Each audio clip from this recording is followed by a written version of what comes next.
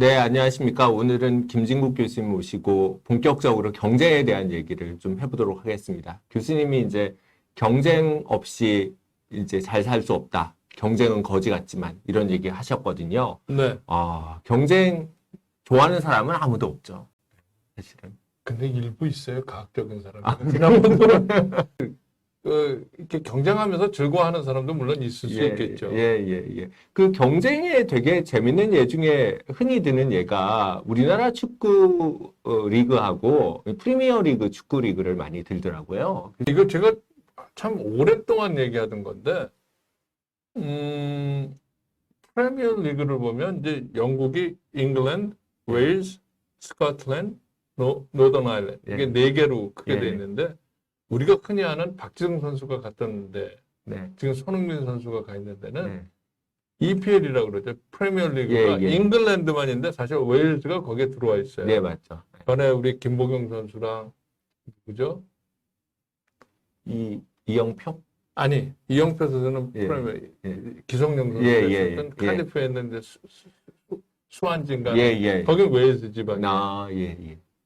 그러니까 스코틀랜드는 스코틀랜드 프리미어 리그 따로 있다고요. 제가 뭘 말씀드리려고 그러냐면 영국 전체가 6천만 좀 넘거든요. 6천 몇백만인데 잉글랜드는 훨씬 적겠죠, 인구가. 거기만 20팀이 있는 거예요. 물론 영국이 축구의 그 종가죠.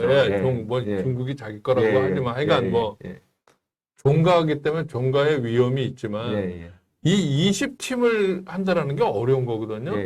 재미난 건 분데스리가가 독일이 인구가 8천이 넘는데 18팀이에요. 정말 영국은 축구 그럼 그게 어떻게 가능했을까? 교수님이 자주 얘기하시는 개방성 있고 유연성 있는 기업 인수도 편해요.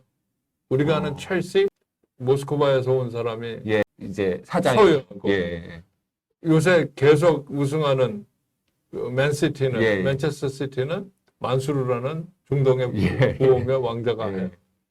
기업 인수 그리고 중국 자본도 많이 들어가고 기업 인수 편하죠. 그다음에 뭐냐면 자국 선수 비율이 어떤 때는 외국 선수만 다.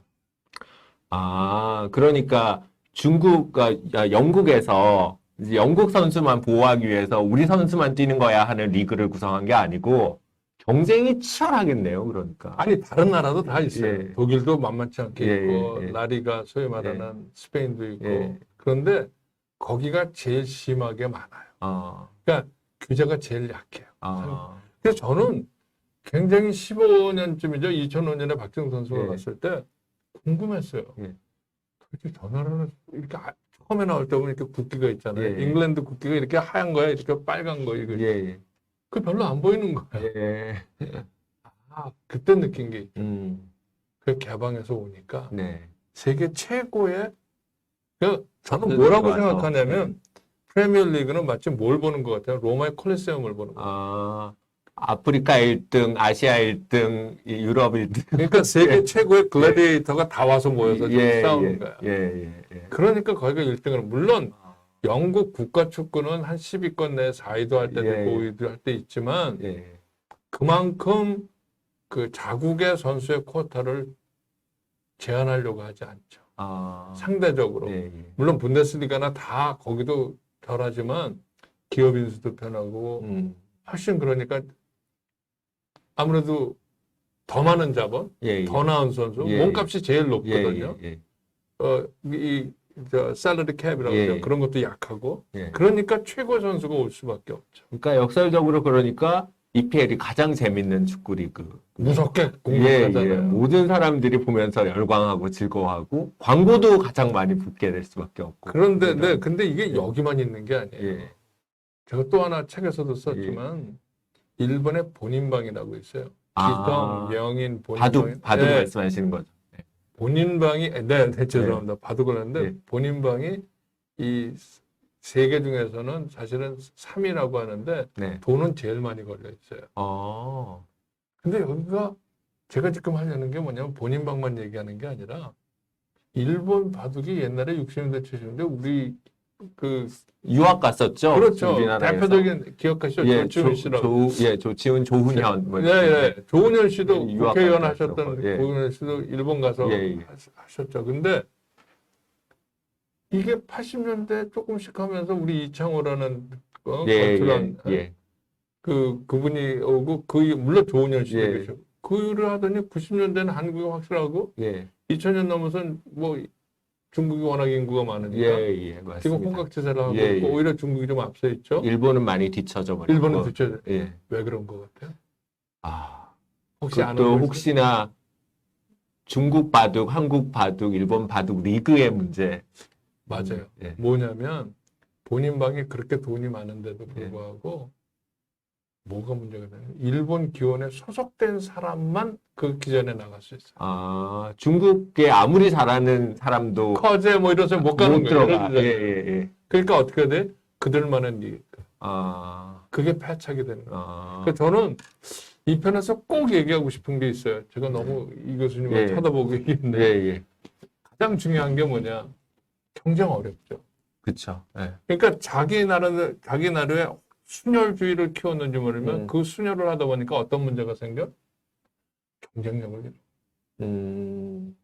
독점이 근데 역사적으로 좋기는 한데 독점을 하면 발전이 없는 얘기도 있잖아요. 그렇죠. 물론 특허를 장려하기 위해서, 그러니까 기술 장려를 위해서 특허를 줘서 일정 기간 독점을 주는 것도 있지만 그걸로 생기는 독점을 줘서 생기는 그 베네핏이 편익이 더 많다고 하니까 주는 건데 어느 나라 우리가 로마를 보건 어느 나라 역사건 닫을 때 쇠락하더라. 그렇죠. 그러니까 만약에 삼성이 애플이라는 회사가 없었으면 스마트폰을 이렇게까지 고도화 시켰을까? 애플도 마찬가지고. 아니 제가 아주 정확하게 말씀드려요. 좀 속된 말을 쓰면 애플도 삼성이 있어서 그만큼 피트기에 경쟁했고 애플이 있었기 때문에 삼성이 여기까지 왔다고 생각을 해요.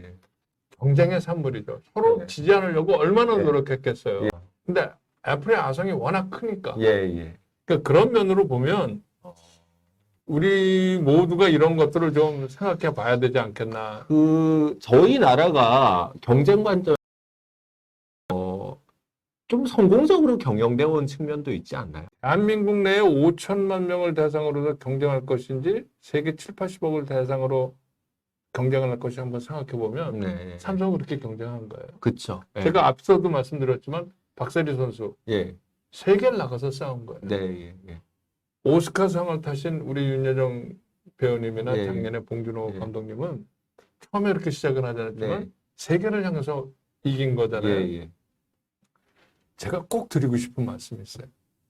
경쟁을 제대로 해서 자기를 이겨내야 일자리 창출이 된다.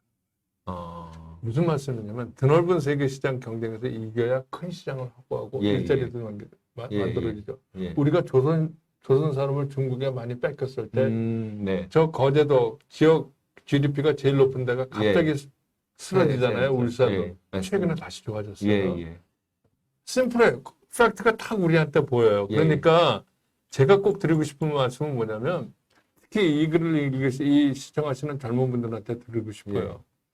우리 안에 머물러서 경쟁 줄이고 우리끼리 어떻게 나누면서 잘 살아보자. 제가 영어를 갑자기 쓰고 싶은데 송호가 시장 안에서 이전 투과할 때 우리가 더 큰 세상을 향해서 큰 꿈을 꿀 수 있을지 한번 생각해 보시기 바랍니다. 누구를 보면 알아요? 박세리 선수, 우리 다들 존경하고 좋아했던 윤여정 선생님 생각하면 우리가 답은 확실한 것 같아요. 이런 생각도 가능할 것 같아요. 2021년 우리나라의 경제 지표가 교수님들 말씀하시지만, 무역은 한 6등, GDP는 한 11등, 뭐 이렇게 하는 게 우리나라가 제조업 강국이거든요. 그렇죠. 세계 굴지의 제조업이 있다는 것은 사실은 지금의 이런 경쟁력의 결과가 과거 우리가 한 3, 40년 동안 이 분야에 대해서 치열하게 경쟁을 했기 때문에 했던 거 아닌가. 경제학자인지 오셨습니다. 네, 정확히 보셨습니다. 저는 2021년 대한민국 국성기는 경쟁을 적극적으로 수행한 결과물이다라고 단언합니다. 왜? 1960년대 초 61년에 우리가 5.16 군사 쿠데타가 됐을 때 우리가 1인당 국민소득이 86불이었어요.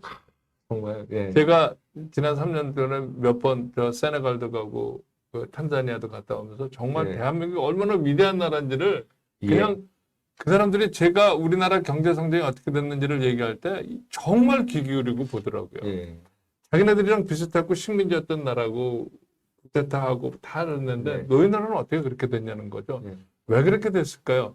특히 이 시청하시는 젊은 분들과 꼭 나누고 싶은 얘기예요. 세계 변방의 최후진국 중에 하나인 나라가 이만큼 국력을 갖게 된 이유는 앞서 말씀드렸지만 그때는 50억 인구였죠. 네. 거친 경쟁의 바다. 세계 네. 시장에 나가서 치열하게 경쟁했겠죠. 네. 영어도 제대로 못하면서. 지금이야 영어 잘하는 사람이 너무 많지만 그렇지. 치열한 경쟁을 뚫고 경쟁력을 확보해서 세상의 최고의 제품과 서비스를 만들어내서 여기까지 온 게 아니냐. 예. 전 단언합니다. 그 교수님, 그런데 사실은 지금도 저희 그 젊은 친구들 중에 경쟁력과 도전으로 뭉친 친구들이 사실 많지 않습니까? 스타트업도 되게 열심히 하는 친구들도 있고, 여러 유니콘 기업도 만들어지고 있고. 예. 좋은 지적이세요. 예, 지금 예. 기다려놨더니 예, 그런가. 대표적인 게 탑라인. 요새 많잖아요. 예, 예. 그다음에 핀테크 하는 거. 예, 예. 또 생각해보면 그건 누가 하죠? 젊은 세대가 하거든요. 맞죠. 예. 그들은 디지털 트랜스포메이션, 디지털 세대에 아주 적합하니까 예. 어떻게 하면 소비자가 더 좋아하는 걸 아는데 우리 같은 기대 세대만 해도 예, 예. 모르거든. 이런 것도 있네 하는데 예, 예. 지금 그런 것들을 키워주지 않는 것, 예. 경쟁을 마음껏 하게 키워주지 않는 건 다음 세대를 미래를 예. 못 갖게 만드는 거죠. 예, 예, 예. 그래서 우리가 규제 개혁하자는 거 아닙니까? 그렇죠. 예, 예. 그런데 지금은 뭐냐면 경쟁을 억제하자. 프레임에서 정치를 하는 왜 정치? 그래야 표가 얻어지니까. 이 사람들은 경쟁을 억제하는 법에 언제든지 준비돼 있어요. 그렇죠. 미래를 갉아먹는 예. 거죠. 그런 정치 세력이 있는데 저는 지금 이렇게 가면 우리는 정말 뭐 이 교수님들 자주 얘기하지만 미래 세대한테 너무나 우리 못할 짓 하고 있다. 예. 이런 생각이 정말 기회와 아이디어로 똘똘 뭉쳤는데 나한테 기회의 어떤 창이 열릴 수만 있다면 정말 한번 해보고 싶은 게 아닌가. 그래서 교수님이 말씀하시는 경쟁 전도가 잘 안 되는 거 아닌가. 저는 예. 꼭 드리고 싶은 정치인들한테도 드리고 우리 사회 전체한테 드리고 싶은 얘기가 제가 앞서 이런 말씀을 드렸어요. 예. 경쟁은 누구를 짓밟고 일어나는 예. 과학적인 게 아니라 예. 나를 다음 단계로 만든다. 네. 그리고 그렇게 만들었을 때 뒤따르는 사람들이 얼마나 많이 보냐. 예, 예. 대표적인 게 박세리 선수, 박지성 선수, 예. 박찬호 선수 3박이 있었고요. 예, 예. 그 다음에 봉준호 감독 나왔고 예, 예. 올해 또 이제 윤여정 배우께서 예, 예. 여배우께서 그렇게 하셨잖아요. 그냥 할머니가 아니라 우리 사회를 새로운 장으로 몰아주신 분이에요. 예, 예. 인도하신 분이죠. 예, 예. 그러면 치열한 자기와의 투쟁이 있지 않았겠어요? 예, 경쟁이. 예, 예. 꼭 드리고 싶은 말씀. 경쟁은 나보다를 생산하는 게 아니다. 예. 개방은 우리 모두를 죽게 만든다는 그릇된 프레임으로 정치가 선동을 하고 돈 안 되면 파퓰리즘에서 돈이나 퍼주겠다는 예. 이런 생각으로 하면 우리 국가의 미래는 없을 수밖에 없죠. 개방을 통해서 경쟁을 막으면 결국 누가 득을 보겠어요? 이미 기존 기업, 기득권 세력은 독과점적으로 이득을 보고 그 편에는 누가 가죠? 저품질, 저서비스, 다시 말하면 높은 가격에 높은 가격에 낮은 품질로 예, 이루어져서 소비자가 떠안게 되거든요. 그 교수님 그 말씀하시는 거 들으니까 저희가 못 느끼고 있는데 경쟁의 힘을 딱 느끼는 어떤 사례가 있는 것 같거든요. 그렇죠. 근데 지금은 10년 만에 채널이 뭐 어마어마하게 많아졌거든요. 근데 그러니까 국민들이 일단 많은 채널을 봐서 너무 기분이 좋아. 그 다음에 일자리는 어마어마하게 생긴 거고. 그렇죠. 예. 그 다음에 관련해서 우리가 컨텐츠도 되게 많아지게 된 거고. 아니 저는 예. 뭐 일일이 하지 않았겠지만 무슨 싱어 뭐 최근에 싱어계 예, 예. 히든 싱어 무슨 예. 뭐 그다음에 뭐 뭐죠 저 노래 그 예, 트로트 하도 트로트 하고. 하는 예. 미스터 예. 트로트 있고 뭐 예. 왜냐하면 채널이 많아지니까 그들 채널들이 어떻게 해야 내가 시장에서 살 수 있을까? 어떻게 해야 좋은 프로그램을 만들 수 있을까?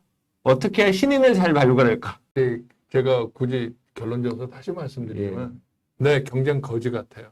힘들어요. 근데 경쟁 없잖아요. 우리 거지로 삽니다. 꼭 드리고 싶은 말씀입니다. 다시 말해서 경쟁 없이 절대로 경쟁력 없습니다. 우리 어떻게 잡은 이 기회인데 이거 계속 키워나가야 되잖아요.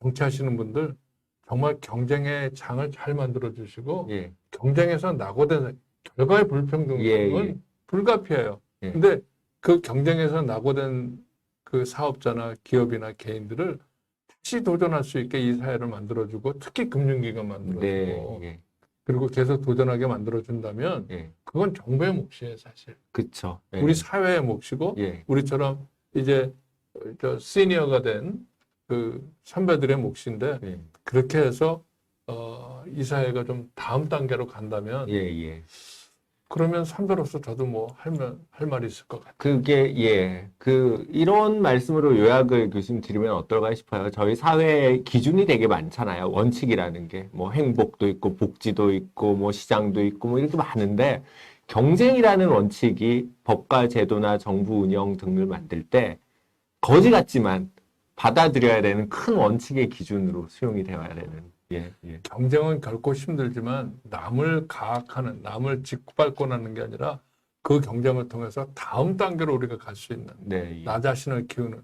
그래서 최근에 우리가 윤여정 배우님 얘기를 들으면서 우리 모두가 즐거워했던 것처럼 또 박세리 선수가 20수년 전에 우리를 너무나 힘있게 만들어준 것처럼 그분들이 가장 중요한 건 뭐냐 세상을 향해서 최고의 무대에서 최고의 자리에 앉았잖아요.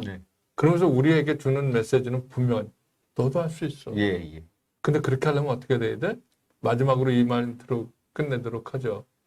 윤여정 씨가 워낙 자연스럽게 그 연기를 하니까 후배가 물었답니다. 아, 선배님 어떻게 이렇게 자연스럽게 하십니까? 그분이 예제를 잘 하시더라고요. 너 몇 번 읽었니? 저 수십 번 읽습니다. 많이 읽었는데요. 그렇죠. 대본을. 이분이 나는 100번은 읽어. 끝. 우리 다 같이 노력하면 더 나은 사회로 갈 것 같아요. 마무리하시죠. 경쟁이 함께 못 사는 나라를 함께 잘 사는 나라로 가게 만드는 키인 것 같습니다. 믿습니다. 수고하셨습니다, 교수님. 다음에 뵙겠습니다. 고맙습니다.